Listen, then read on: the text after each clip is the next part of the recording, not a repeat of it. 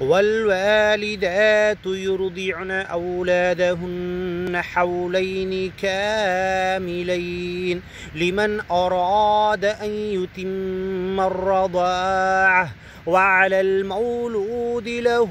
رزقهن وكسوتهن بالمعروف لا تكلف نفس إلا وسعها لا تضار والدة بولدها ولا مولود له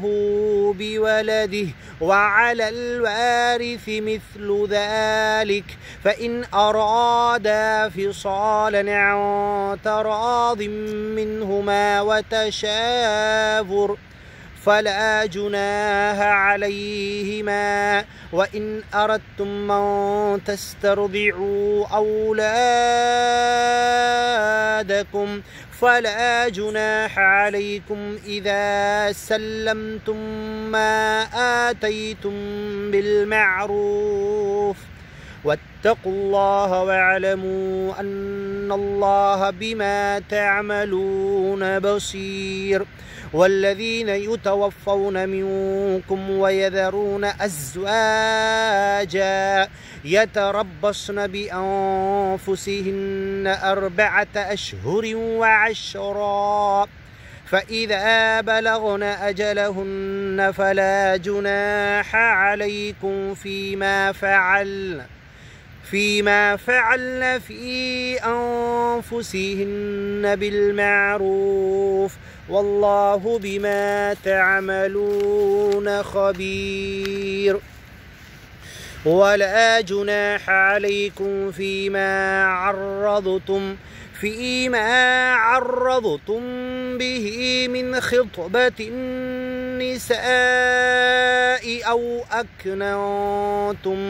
أو أكننتم في أنفسكم علم الله أنكم ستذكرونهن ولكن لا تواعدوهن سرا إلا أن تقولوا قولا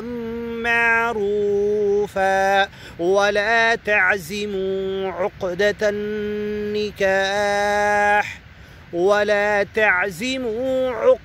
النكاح حتى يبلغ الكتاب أجله واعلموا أن الله يعلم ما في أنفسكم فاحذروه واعلموا أن الله غفور حليم لا جناح عليكم إن طلقتم النساء ما لم تمسوهن أو تفرضوا لهن فريضة ومتعوهن على الموسع قدره وعلى المقتر قدره متاعا بالمعروف حقا على المحسنين وإن طلقتموهن من قبل أن تمسوهن وقد فرضتم لهن فريضة فنصف ما فرضتم إلا أن يعفون أو يعفو الذي بيده عقدة النكاح وأن تعفوا أقرب للتقوى ولا تنسوا الفضل بينكم إن الله بما تعملون بصير حافظوا على الصلوات والصلاة الوسطى وقوموا لله قانتين فإن خفتم فرجالا أو ركبانا